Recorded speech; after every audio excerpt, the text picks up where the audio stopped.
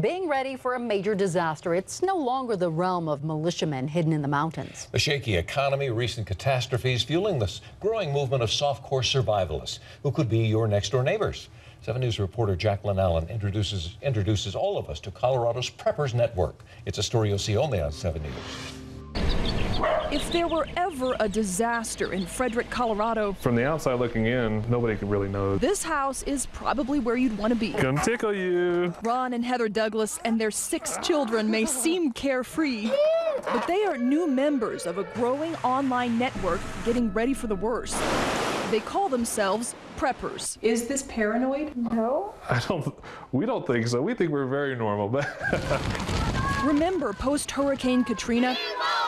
The government was criticized for not delivering food and water fast enough, even in Colorado. a couple of years ago, we had 3-4 foot snow. People couldn't leave their house. We had neighbors that didn't have enough food for 3 days. But the Douglases were preppers when preppers weren't cool.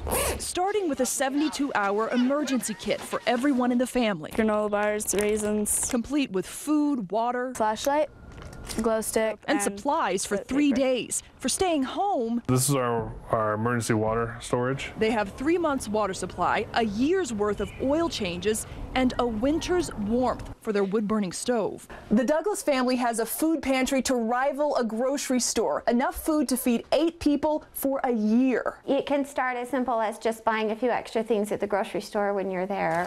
They also stock up from their backyard garden. I really like to can, and so when we can grow a lot of it ourselves, it makes it so they eat more nutritious food, and we also can put it up and save money. All this prepping has already paid off. I was out off-roading in our vehicle, and we got stuck, and I was way out there. I had the whole family with me. The car's emergency preparedness kit came in handy. The family camped while Dad hiked to get help. I think it's our responsibility to be prepared for circumstances that happen in our lives.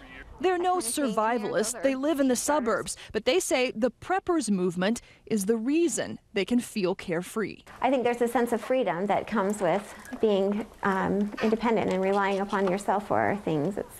I don't think it can come any other way. In Frederick, I see you. Jaclyn Allen, 7 News. Also recommend having a financial reserve, at least 3 months living expenses set aside in case you lose your job. For tips on creating your own food storage pantry and what you should include in your emergency supply kit, go to thedenverchannel.com.